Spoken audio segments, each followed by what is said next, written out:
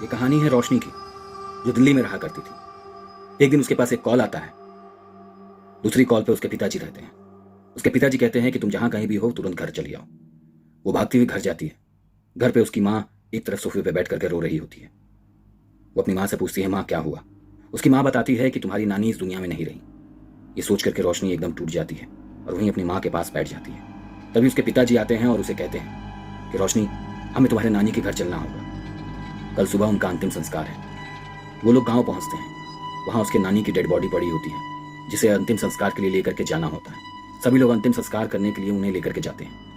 फिर वहां से जब वापस आते हैं तो सबको ये कहा जाता है कि 13 दिन तक जो है, जिसने भी आग दिया है वो उनके पास ही रहेगा और उसके आसपास कोई भी नहीं जाएगा। रोशनी ये सोच करके अचंभे में पड़ जाती है कि ऐसा क्यों। फिर उसकी मौसी उसे समझाती है कि ये सारी चीजें जो है, ये क्रियाकर्म का एक हिस्सा है। ये सब सुन करके रोशनी जो है थोड़ा सा डर जाती है। फिर वो रात में सो जाती है। ठंड का मौसम था। उसके दिमाग में उसके नानी की यादें चल रही होती हैं। फिर वो रात को अचानक से जग जाती है। जग करके जैसे ही वो पानी पीने के लिए अपने किचन की ओर बढ़ती है तो उसे एक दिया दिखाई देता है। वो दिया हवा में उड़ रहा होता है। उसे देख करके रोशनी डर जाती है। वो सोचती है कि ये क्या हो रहा है। फिर वो अचानक से वो दिया उड़ता हुआ उसकी तरफ आ रहा होता है। वो डर करके जाकर के बिस्तर में छुप करके बैठ जाती है। कंबल से अपना मुंह ढक लेती है और हनुमान चालीसा पढ़ने लगती है। वो इतनी डर जाती है कि उसकी हिम्मत नहीं होती है बिस्तर से उठने की। फिर अगले दिन सुबह वो सोचती है लोगों को घर में बताऊं, लेकिन वो किसी को नहीं बता सकती। फिर सुबह होते ही गांव के ही एक लड़के को, रमेश को, जो शायद रोशनी के बचपन का दोस्त था, उसे वो ये बात बताती है। रमेश भी ये बात को सुनकर के डर जाता है।